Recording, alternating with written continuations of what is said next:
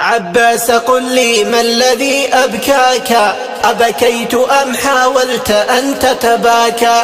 قل لي إذا حقا بكيت بحرقة أبكيت جدك أم بكيت أخاك؟ وإذا تصنعت البكاء فلأجل من؟ هل كنت مضطرا له يا ذاك؟ أسألت نفسك حينها عن غزة هل قصفها وحصارها آذاك؟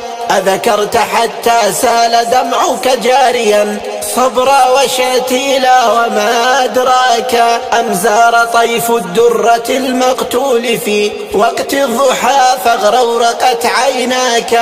أم دير ياسين انبرت فاستمطرت دمعات عينك أم جنين أتاك؟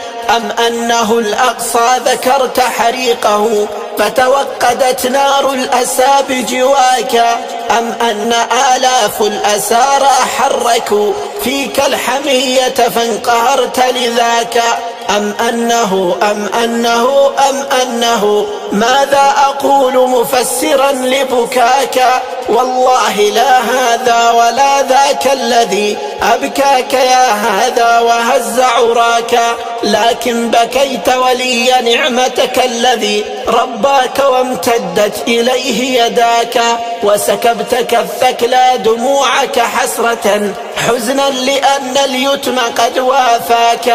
قلنا لقد مات الوفاء فكنت من أحياه يا ميتا فلا حياك. إن الكلاب على الوفا مجبولة ولقد وفيت فبئس من رباك، ولقد وفيت فبئس من رباك.